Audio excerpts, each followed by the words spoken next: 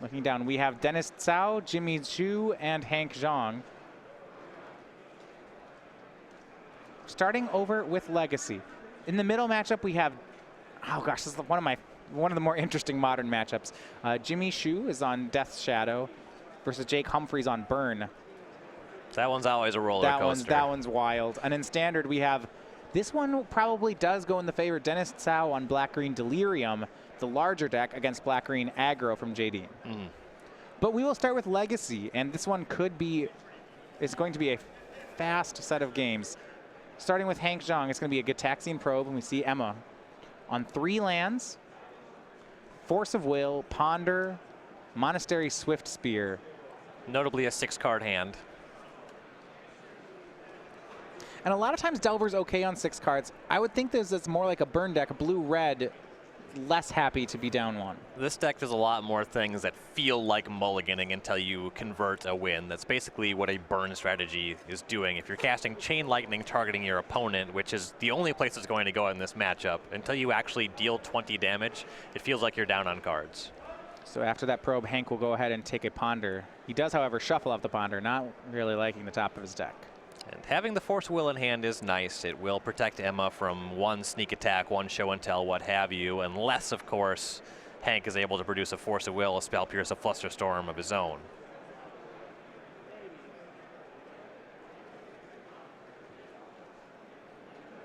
And we pass. So Emma on her first turn. We know that there's a turn 1 Monastery Swift Spear. She'll pick up another copy of Ponder.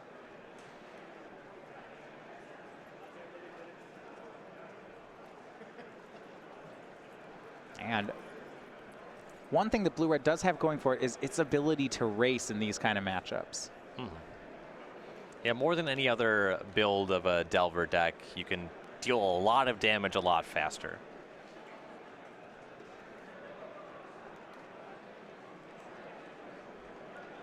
And the hit-in from Swiss here will put Hank down to 17.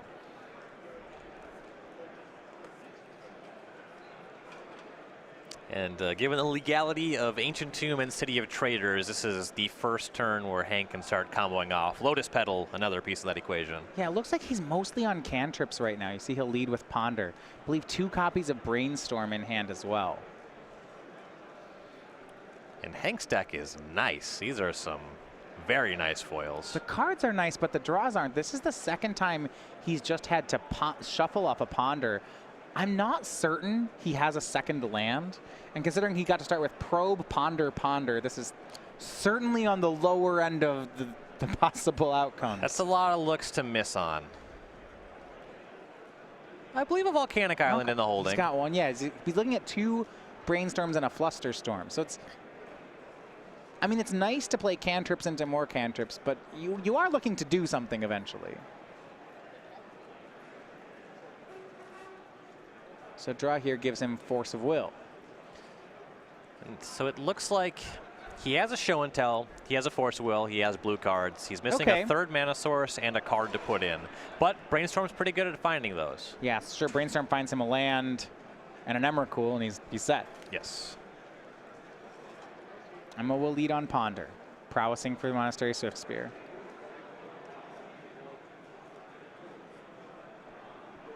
Finding a neat mix of cantrips here and burn.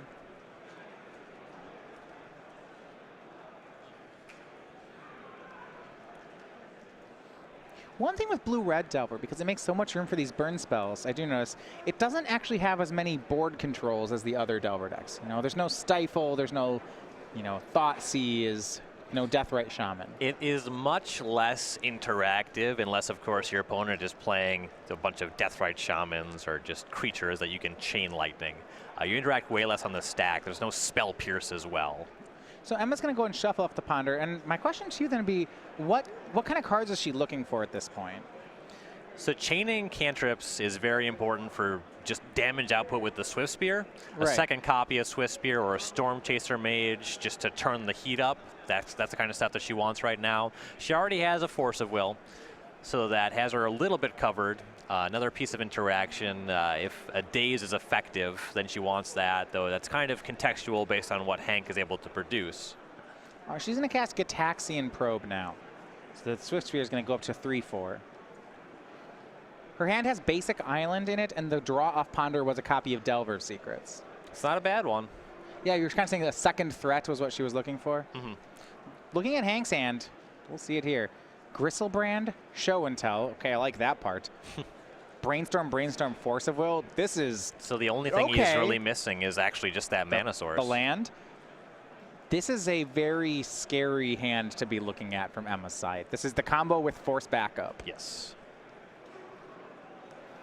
So that Force of Will blue card she has in her hand, not actually good enough right now. Yeah, that's going to incentivize her to do something like cast a cantrip over the Delver if she doesn't have a way to stop this from killing her on the following turn. Draw off probe was a red spell. Is it possible that she... I was going to say she could Force of Will the Brainstorm, but it doesn't matter what she forces. Hank's probably just forcing back. And a Ponder again from Emma. So I like how this is a change of strategy. In another time, she might have played the Delver there, but after seeing Hank's hand has adjusted. And she found a Force of Will in her top 3 cards. One of the other abilities of Delver's Secrets is that it pitches to Force of Will. Well, yes, but I think she already has Force plus Delver. So does she not have another blue card? I don't think she has another blue card. That makes this one look more like a shuffle. The hope would be that she would find a Daze here, would be my guess. If the top 3 has Force and another blue card, and that is what she's missing, it's hard to shuffle this one away. The only upgrade is actually Daze, and that's assuming that Hank produces just a land that taps for 1. It's very hard to shuffle away Force blue card here. I don't know whether or not she has blue card to go with the Force. Right now, she does not. You see Delver of Secrets, Force of Will, Basic Mountain, and then a red spell here. I believe it's Price of Progress. Yeah, that's not quite going to do it. So she's going to go fishing for that Daze. Takes a shuffle on the Ponder. And I'll tell you, if someone can play combo decks, if I see my opponent make this kind of line and then shuffle off the Ponder, I'm a lot more inclined to just jam combo. Yes. I mean, like, you're clearly looking. Emma got to look at Hank's hand, and now, you know, this to me feels like it smells like desperation, right? They saw your hand, they know they can't beat it, so now they're shuffling. Great. Especially spending that much time on the Ponder. Yeah. Draw is another blue card. She'll swing with Monastery Swiftspear. This prowessed its way all the way up, I believe, to a 4/5. Yep. So Hank down to 13. And Emma will pass. Now Hank's going to go brainstorming for that third land. And it's the first card he sees. And Gitaxian Probe in the mix as well. Oh, so not only does Hank, he doesn't even have to take a risk. He can look at the hand first, see if the coast is clear, and then go for it. Yep. This is pretty great for him. If Hank were at a lower life total, Gristlebrand's technically beatable. Part of the equation is killing your own creature that it blocks in combat. Hank will go to 11 here on the Gitaxian Probe. Now we'll see Emma has Brainstorm, Force, blue card, Mountain, Fire Blast. It is close to being fast enough, but it's not going to be good enough against Hank's hand. Right.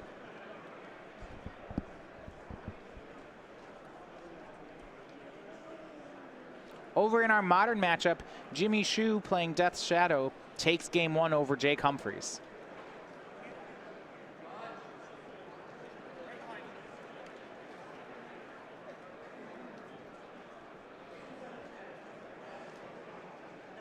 And Hank, is he fetching for Basic Island? Looks like it is go time here on the Sneak and Show side. This turns off the potential that Emma could convert something with Fire Blast plus Price of Progress. Well, hold on. I guess Hank just can't draw 7, right? He just has to play the Gristlebrand as a 7/7 lifelink and let that be fine. Yep.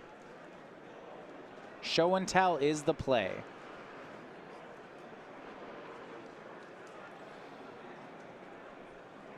Emma has a Force of Will to fight, but it's not a winning fight. And she knows it. Certainly cast it anyway. there's no reason for her not to fight this, even though she knows it doesn't work. If the Force of Will is countered on the stack here, it would be countered if she were able to do anything that matters later anyway. Right. And yeah. She'd be giving up the Delver of Secrets in her hand to make this play, but she did pick up Brainstorm, so she could pitch that one. It's probably, yeah. She's trying to math out as a way that she could eke out a win by peeling some red spells off the top of the deck. Yeah, so if she gets Hank to cast Force of Will here, so he's at 10. We see Delver of Secrets and Gristlebrand both put onto the battlefield. And she did not go for the Force of Will. So she's going to have to deal 10 before Hank connects with Gristlebrand. I would think if he gains life even once here, the game's over. She's not going to come back from that life swing. Not Monastery easily. Swiftspear can become quite large. Delver of Secrets flips off Lightning Bolt. That is a great find for Emma. Yeah, she now has 7 points that can go upstairs. We're getting close to enough. And if the Gristlebrand attacks, she's able to cast 3 spells that makes that entire attack a wash. It's a start. Here's Brainstorm from Emma. Another Lightning Bolt, another Delver of Secrets. Okay, so this... Yeah, maybe. This actually is pretty scary for Hank here. She can cast another Delver and leave a spell on top to flip it. And that spell is Lightning Bolt. So then she would have Basic Mountain, Volcanic Island, 2 Lightning Bolts, and a Fire Blast. That is a lot of damage. And by not forcing the show and tell, now her Force of Will is in the driver's seat. She does something that forces Hank to force, and she gets to force back. As long as she has a blue card to pitch to it. And where she is brainstorming now and put and show and tell the Delver into play. So it might be that the second Delver she's found in the top 3 doesn't get to be cast. Sure.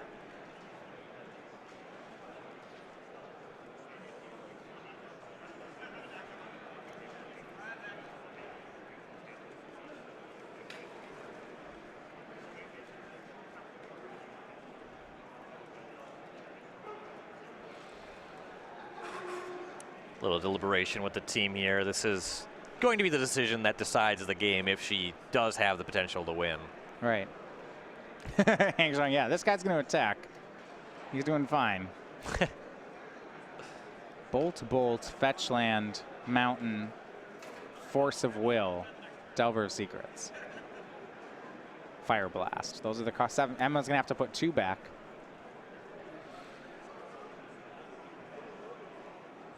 Yeah, it looks like the only blue card for that Force of Will is the Delver, so she can't actually cast that one. She could just concede that she does not want to cast Force of Will. And just put Force of Will on, put Force of Will land on top or something like that? Yeah. Sure. Following turn, she can cast Bolt, Bolt, and Fire Blast. It's just 10 points of burn, and that would be in addition to 10 points of attackers. Kind of like that. Emma looks like she's going to hang on to that. She puts the Fetch Land and one of the 2 Lightning Bolts on top of the deck.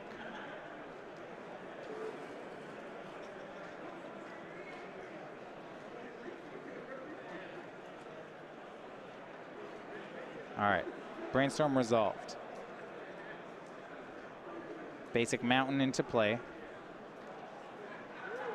Now if she plays out the Delver, the Force of Will is no good. So I think by keeping the Force, she's definitely not playing the Delver. So an attack with both. This would mean that Emma's going to... Well, hold on here. She blocks with Monastery Swiftspear. I'm not sure that... So she's going to have to Fire Blast her own Swiftspear. If she bolts her own Swiftspear, Hank can insist on the Prowess trigger. Right. The Swiftspear is currently a 2/3. There's the potential that Hank just blocks the Delver. That works out. Then she can bolt the Delver in response.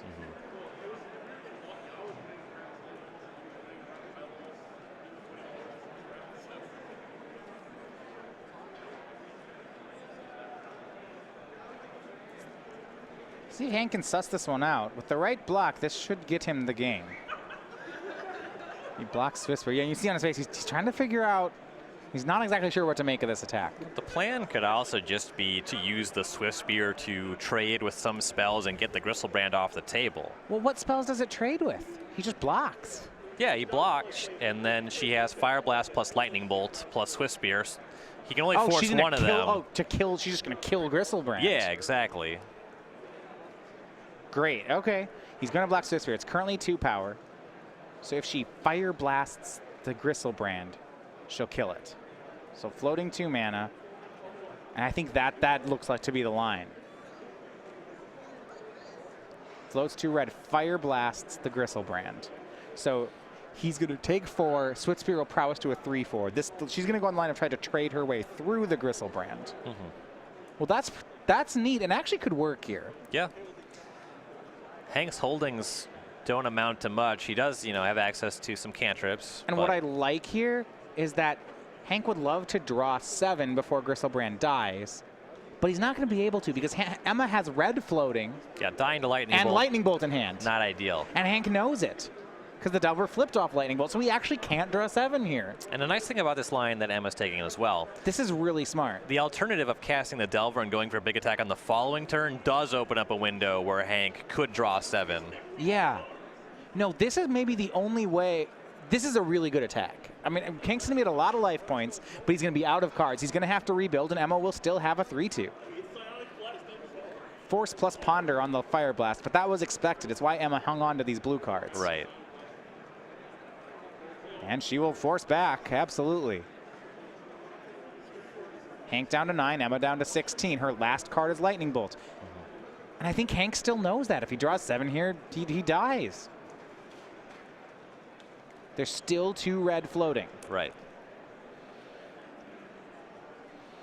You could suspect that she has brainstormed away the Lightning Bolt out of her hand, but even if that's the case. I don't want to take that risk. Yeah. So, the counter spells trade, the creatures trade. Hank takes 3 off the Delver, but gains 7 off Gristlebrand. Net result, he's at 13. And now he'll get a turn. Emma's just has Lightning Bolt in hand. 1 island in play. Can Hank rebuild fast enough? It's not common, Ryan, that a blue-red deck can win through a resolved Gristlebrand. Especially not one that gains 7. No, it's impressive stuff. Maybe it's more common than I think. I don't know. I did not expect this game to still be going. I dismembered a Gristlebrand once. That was pretty nice. Okay, no, that sounds great. My opponent drew 7, found Force, and missed on blue card. You got lucky. Star City Games Minneapolis Legacy Open champion Kyle Olson. Well, that's how you become champion. Smashed him.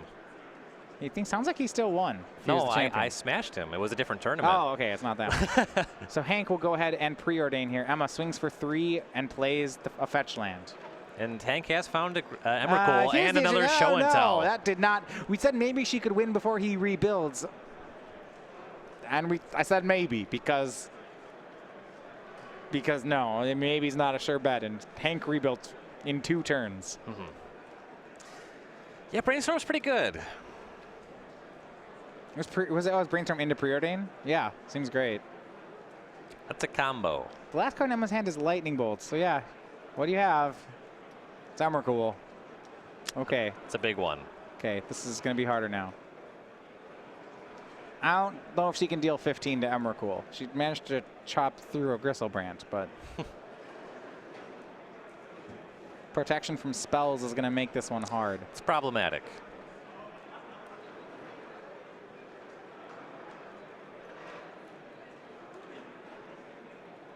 Lightning Bolt in hand, Lightning Bolt on top of her deck as well. She's going to shuffle. I don't... We're trying for like Swift Spear into a bunch of probes and cantrips. No, I don't even know. Well, maybe Emma can show us. She's done really well to get to this point. The only real way she has to produce extra cards in her deck is Bedlam Reveler, but she only has 1 source of red mana currently. Yeah, and next turn is going to be Lights Out. She's fetched down to 15. She does not have 6 permanents. Volcanic Island is not going to do it. Game 1 goes to Hank Zhong and Sneak and Show. It was a fight. I will say I was not expecting this game to really go beyond the Gristle brand.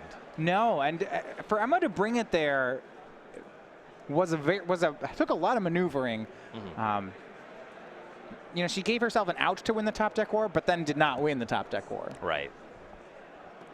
So Hank Zhong, along with teammate Jimmy Xu, both win the first game.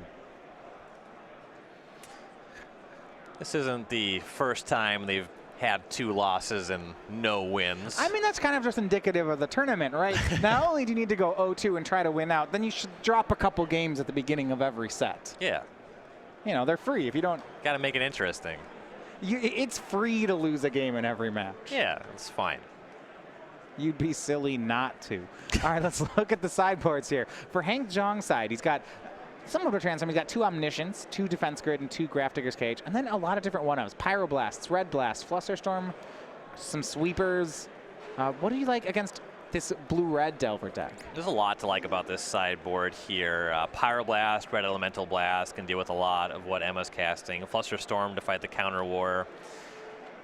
So it's questionable how good Defense Grid is against this particular build of Delver. Yeah, you said to fight the counter war, and that's kind of my question of how much of this is actually a counter war?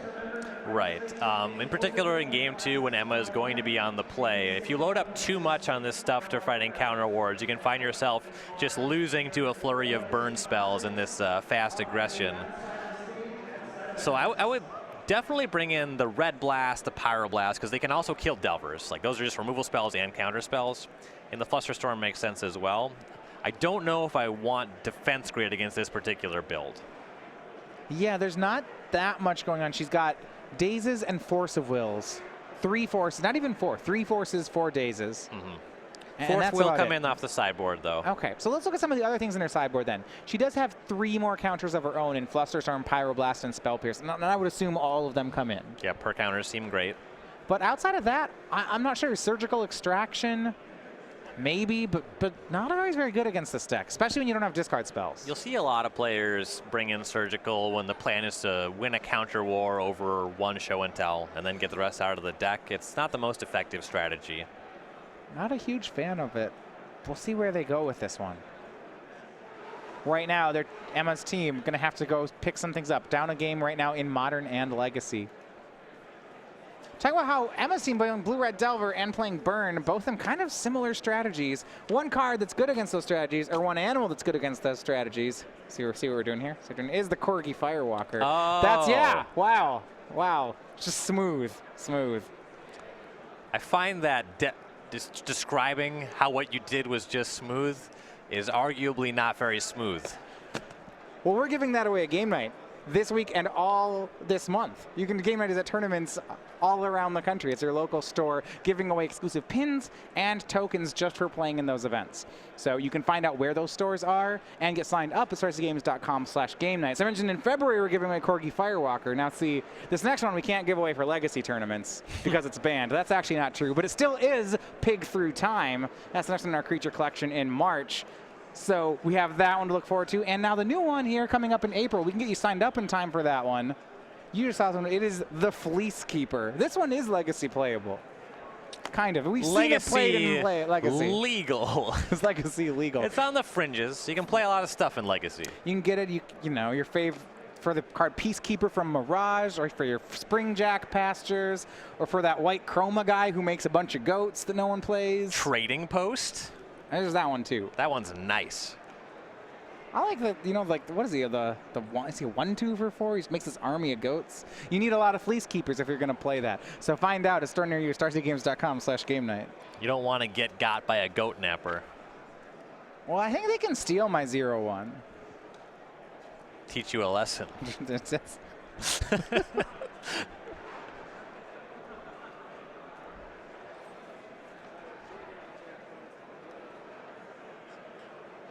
So some evening up here while these two have been sideboarding. Two big wins for the team over on the right. The comeback kings and queens are at it again. Jadine and Jake winning their matches here in Standard and Modern. Get things even up on the middle table here. Jadine up a game in Standard, Emma down a game in Legacy. It's all tied up.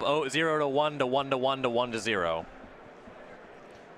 One team into day 2. It's the team, see, maybe even hear it as they're walking by. Team of Patrick Sullivan, Chad Castell, and Robert Vaughn. 7 and 2. They are one of the teams to make it into the second day competition. Patrick might have even won some matches. I was just going to set the line on Patrick winning 2.5 matches. It's close. At round 5, we knew he had only won 1. So did he do better than 2-2 in the remainder of the day? That's These are the hard questions. His best strategy was picking 2 teammates. Clearly. Can't argue with that one.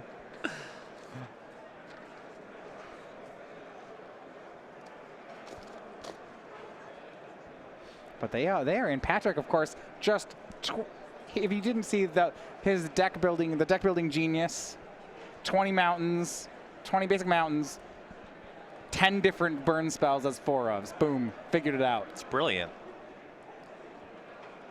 I wish the sideboard was 4-4-4-3. That'd have just to drive it home. What if the sideboard was 0? What if the sideboard was 0 cards or 15 ones? 0 cards. That'd have to be the best statement of this. This is what we do. Yeah, I figured it out. Lava Spike. Why would I sideboard? My deck is perfect. We have, it's in Star City SCG Tour history. We have had a 0 sideboard deck make the finals of a Legacy tournament before. It's happened once. There's sometimes when I'm playing a combo deck, I just never want a sideboard. Do you already know the deck? I bet you can guess what deck. Finals, 0 card sideboard. Legacy Belcher. Absolutely, first guess. Nice, nailed it. Not a big lost to Matthew Hoey in the finals. Not a big years ago. Not a big Burning Wish fan, I take it. No, I mean just he played Belcher. It was why great. would I need Burning Wish when I just cast Calvin Charbelcher? There's no sorceries involved with that. I don't know. You're not going to Burning Wish for Rite of Flame. So for Emma Handy on Blue-Red Delver here in Legacy, she's down a game. The 25-year-old from Asheville, North Carolina, making a trip here this weekend in Baltimore. Got her first open top 8 not all that long ago. That one was in Standard with Blue-White Flash. Still looking for that first win, however. And basically does this lose early, then string off a streak of wins in every tournament. Yes. She just tends to be able to focus better, she has said, when her back is against the wall. I know as a player, she likes to kind of see what happens. I've never played a game where I sequence like this, what happens. And Sure. The bad news is if you experiment like that, you end up picking up some match losses, and that's fine as long as you learn something. And then when she's got a couple losses, she says, all right, well, now I'm just going to go with the line that I know is able to convert into victory, and it's been paying off. Emma on a mulligan here. Second time she will keep, however. And that one kept on top. On the play, she'll have some extra speed here for the matchup. Needed as though her deck does Goldfish slower than the other. She starts on Monastery Swift Spear. I don't know that there's a blue land in her hands. Perhaps there's one on top of the deck. We don't need one. We got Monastery Swift Spear. Yeah, 19 more turns of this. Does look like to have multiple ponders. So one blue land may be all she needs for the game. Now we go to Hank. Oh, this is real bad. Lotus Petal. Ancient Tomb. Yeah. Well, you can't play Days, so might as well play turn 1 Show and Tell. It's Force of Will or Bust for Emma. Legacy's great. Here's a Force of Will. She had Days as well, but you need an island to play that card. And so she'll pitch away the Days. Does Hank have the turn 1 combo with Force backup? Looks like no. He just says go.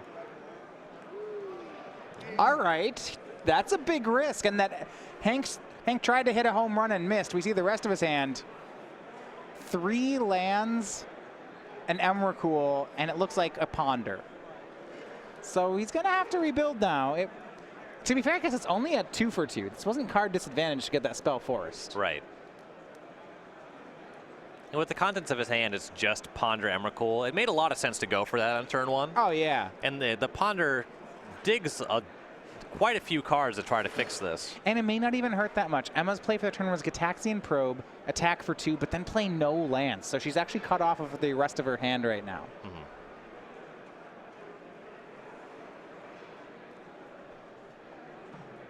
Hank will rebuild. Flooded Strands to get himself a blue source, and he can cast that Ponder, try to find another show and tell for the Emrakul he has. I'm curious as to why Hank would fetch for Volcanic Island here. He's flush with lands, and you have to have Price of Progress on your radar when you're playing against a Monastery Swiftspear deck. Yeah, I mean, there's something where if you know Blue-Red Delver, you know that it's unlikely that they play Wasteland. So you might go that far and say, hey, I don't need to get a basic. But I do see your point, you know. Especially with Ancient Tomb dealing 2 damage. You know, he's already at 14. So he will cast the Ponder. Has Emrakul, has a grip of lands. Looking for a copy of Show and Tell or Sneak Attack.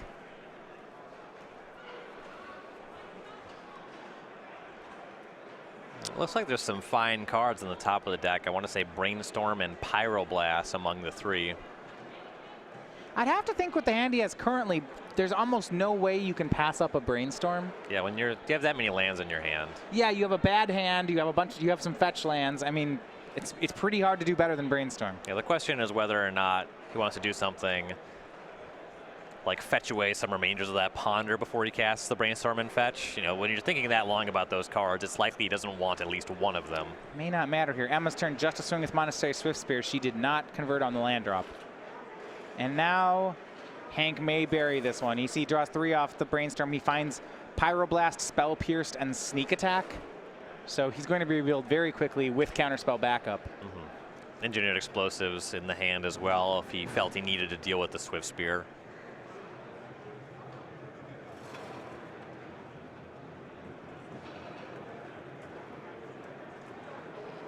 So he'll complete the Brainstorm by dropping a fetch land after putting 2 cards back.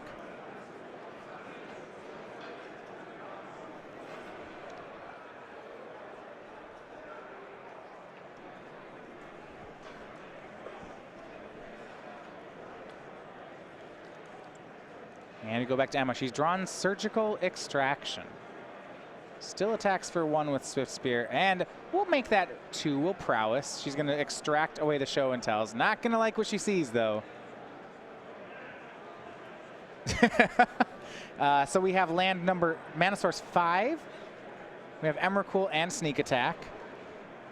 So basically, Hank has the Sneak Attack with a backup of Spell Pierce and Pyroblast. Yep. And because Emma does not have an island in play, it only has 3 cards in hand, there's just actually no way she could Force of Will win this counter fight. You can't force blue card on 3 cards. Hank doesn't have a way to cast Sneak Attack, activate it, and fight a counter war on the following turn. So she could lose the counter war, but in losing the war, she'll not die this turn. Right. I don't know if she'll be able to convert that into a win, even if that does happen, but it's worth noting.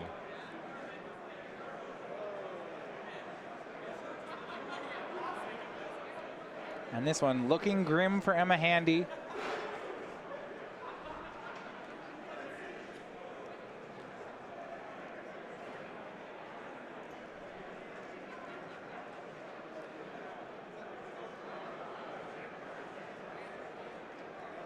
And Hank is going to go back to his turn. He has the land 5.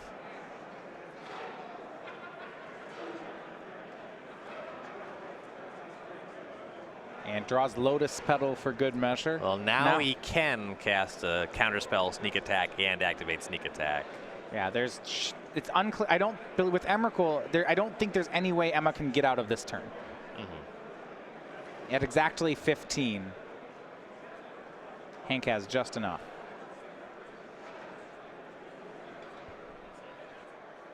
Yeah. and just never able to produce a second land / blue source in this game.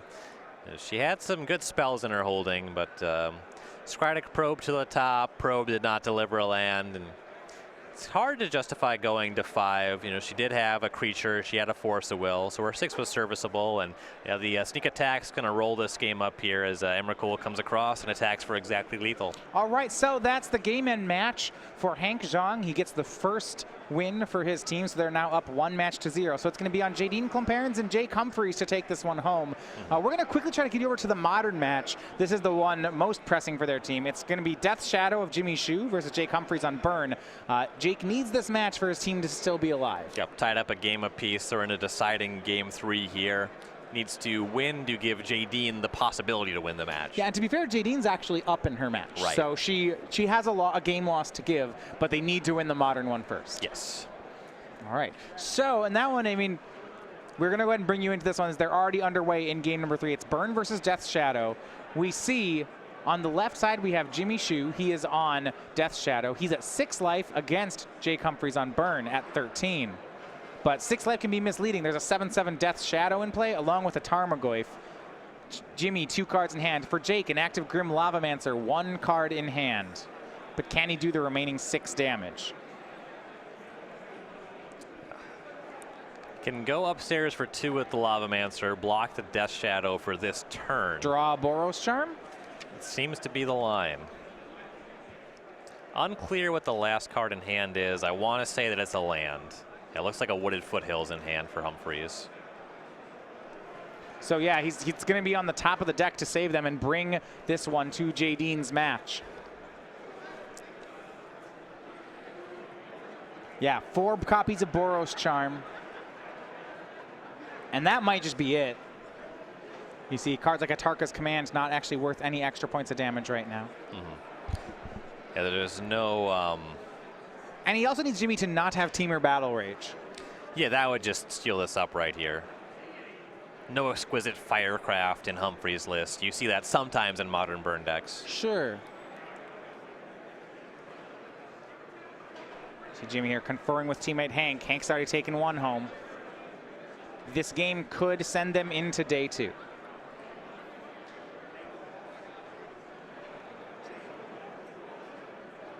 They do, I guess even if they have Temur Battle Rage, they do have to be careful about the card Path to Exile. It's something that's pretty common in the sideboard of Burn decks. Jake does have 3 of them today.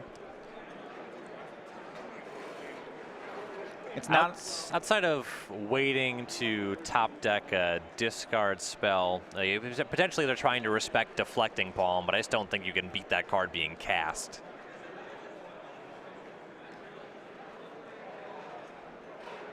Goyf at a 6/7. Death Shadow a 7/7. This is 13 points of damage. They're deliberating about something, though. Making sure there's no box on check. There's not some random thing that they can lose to. It might be that he has a card like Thought. Are they going to go for a Thoughtseize? They go for an Inquisition of Kozilek. Now they siege, just a land in Jake's hand. This is a swing for 13. Decision could have been Inquisition versus casting Battle Rage. Unclear on that one. All right, upstairs puts Jimmy down to 4. Jake has 4 copies of Boros Charm in his deck, and that is it. But 1 here would keep his team alive. Can he draw it? What do you got? Top card. It's red-white. I think it might be Sacred Foundry, though. It looks like an Arid Mesa. Another one. It's close. You got the right colors going on. That's not going to do it. And it is Arid Mesa. So that is going to be the match and the round. The team of Dennis Tsao, Jimmy Xu, and Hank Zhong take their 7th win of the day and make it into day 2. Coming back tomorrow for more team play. Congratulations to the 3 of them. Sneak and Show is one of those decks we don't actually see it that much in Legacy right now, but you forget just how powerful it is.